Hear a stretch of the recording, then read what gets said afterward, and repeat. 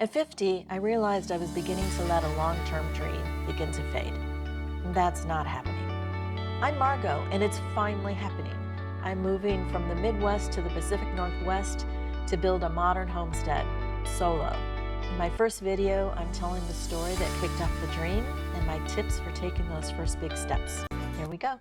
One summer when I was a kid, my parents loaded my sisters and I into kind of a rickety camper to see the country. We drove a lot, we fought a lot, we had a lot of giggles, and then we hit the Pacific Northwest. Even as a kid, I was stunned. The trees, mossy giants, the ferns bigger than me, and I found this massive alien yellow slug that was the coolest thing I'd ever seen. The way the misty air hung around like a curtain, the whole environment, it just felt perfect. I made a promise to myself that someday I'm gonna live here. But you know how it goes. Life moves quick. Marriage, kids, career changes, 3 of them in my case, the drama of divorce. Before I knew it, decades went by. There was always a reason why it wasn't the right time. And moving, it was scary, kind of overwhelming even. I've tucked that Pacific Northwest dream into a box in the back of my mind, and I enjoyed visiting it periodically, but I never pulled the plug. I think a lot of us do that. We wait for the perfect signal to act, and sometimes that time never actually arrives. Then last year, my mom said something that changed my life. We were talking about her longtime dream to live on the ocean. She's older now, and in kind of a teary voice, she shared that she felt that she had waited too long. Her medical needs and her inability to travel easy has made her decide her dream is no longer an achievable dream. Despite our offers to help to make it real for her, a woman who's traveled the world for her job, now it all just feels too much out of reach. Seeing her regret was the kick in the pants that I needed. I realized that I didn't want to tell that same story in a few years. I realized, given my nutty schedule and my dozens of ready excuses, there's a very real chance that it could and would happen to me in the exact same way. That very weekend, I opened my laptop and started the bumpy, exciting, and very intimidating journey towards satisfying my dream to relocate across the country. And that's what I'm beginning to share today. At times, I can be a little impulsive, and one of my bigger fears is moving too fast and falling for a pretty view. That's actually a really big mistake. That's why my first recommendation is that if you have the luxury of time, make good use of it. Perhaps start with a plan. It can help you get organized around what needs to be done so that you don't miss critical things. For my journey, I started with the big, simple milestones to help me focus on the right things at the right time. It helped reduce the overwhelming to-do list in my mind into more manageable segments. Let's talk first about feasibility. Once your offer is accepted, the clock starts ticking on your feasibility period. In my case, I had 28 days to decide if this land was a dream or a money pit. Here are the make it or break it feasibility checklist items I use to protect my investment. Utilities, water. Can you drill a well? What's the average depth in the area? More depth means more cost. Septic. Will the soil pass health department regulations to even support a septic system? A perk test can give you clues to that, and as well as inform you whether the soil will support a standard septic system or a much more expensive system required for challenging soils. This is a very important question, where costs can range from $5,000 to above $40,000 depending on the perk test results. Power and internet. Can you get a mobile signal on your property? Can you get electric brought in? Don't assume it's at the property line. Check availability and get a hard quote from the utility company, not only as to the cost to bring it in, but also when they might actually get to doing the project on their schedule. There are other items I framed as complicators, the hidden issues that it's important to check for. Easements. Does someone else have the right to drive through or build on your land? Critical areas. Check for wetlands or protected species like owls or frogs. These can drastically shrink your buildable footprint on your land. Zoning and timber. Is the land zoned for what you want to build? If it's zoned timber, there may be tax implications or harvesting restrictions that can impede your build.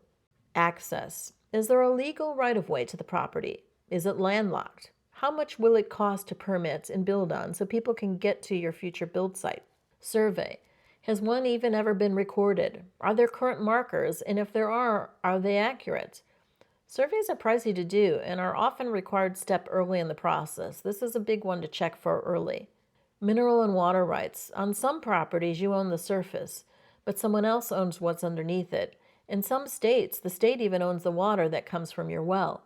There are a few other things that you're potentially going to want to explore before you bid on a property. Homeowners associations. HOA fees can restrict your build style and/or add significant monthly costs in some instances. Other HOAs are non-intrusive and no cost. It's something to check into. A lot of the answers you need in feasibility activities can cost a fair amount of money just to get the answers. If the property you're considering already has some of these in place, you are potentially saving both time and money if you go with that property that has some of the first steps done. After closing on the property, the next milestone is prepping the land, which I call the dirt phase. This is where the vision starts to take physical shape, but it's also where reality starts to hit even harder. This phase includes clearing trees and carving out a rough driveway, finalizing site surveys, septic builds, and well digging, getting your utilities like electric and internet sorted. If you are building rural, you may need to throw your first timeline out the window. Many steps in this phase require permits and require that things be done in a particular order. In rural areas, there are fewer people to process permits, and things like weather or limited access can extend completion timelines significantly. For example, my site development assessment alone took 8 weeks to complete, and it needed to be done before I could do anything else on the property. A final word of warning. Exercise caution before skipping regulatory steps to save time or money, especially when trees or nature are involved. Skipping a permit can lead to hefty fines and in some cases complete site shutdown. I saw one example where building could be frozen for 6 years for not following tree cutting rules. Know the rules of your specific area before you move a single spoonful of dirt or cut down a single tree. Consider the implications of coloring outside the legal lines. You may think that no one will notice, but often your new neighbors will notice, and they may report you, even if they say they won't. Remember, they may prefer the land you bought to remain vacant. Manage your risk accordingly. The next phase is design, foundation, and framing. This is the phase where your dream finally starts to take shape.